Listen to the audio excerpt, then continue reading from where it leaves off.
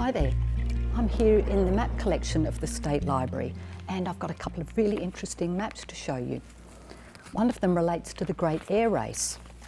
Back in 1919, the only tools that they had for navigation were compasses and maps, and we have got one of the maps that Keith used for navigating in the Great Air Race from Basra in southeastern Iraq to Karachi in Pakistan. And here it is.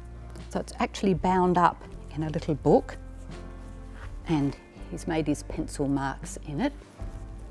And the first map shows Basra and he's underlined it in pink. And the last map shows Karachi.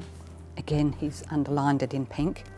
And we can see that he's made marks along the way. So every 15 minutes, Keith would note what his location was and indicate it along the way. They had planned the course, but it was still important to indicate what they were actually doing. And as well as the map, what Keith used was this darling little folding ruler made by Chesterman in England, and it measures 21 inches. It's a curious little thing. So this tiny little thing was important for their navigation on the flight. Ross wrote an account of the flight in a book called 14,000 Miles Through the Air, and in it he talks about Keith's role as navigator.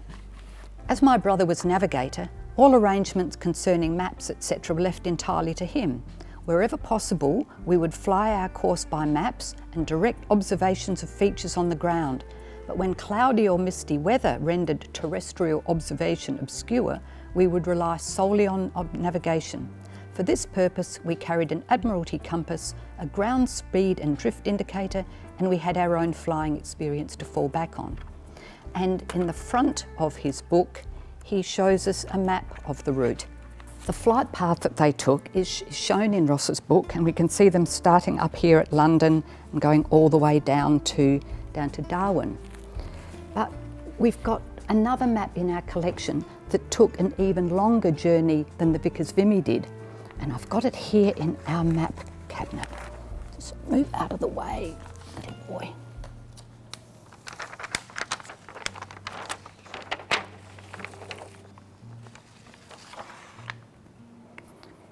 So this map is Tallis's map of South Australia.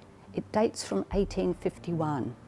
When Adelaide astronaut Andy Thomas went into outer space, he took some items from the collecting institutions with him, and this was the map that he took with him on the space shuttle in 2005.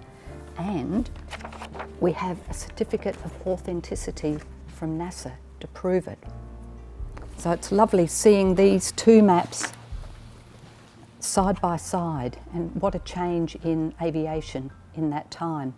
There's an amusing story that Andy Thomas told when he opened the Heroes of the Skies exhibition that we had in the library. He was saying that it took Ross and Keith 28 days to travel from London to Darwin, but up in the space shuttle, he actually took their flying wings with him, and it only took 10 minutes to get between London and Darwin. So everybody thought that was hilarious. Thanks for watching.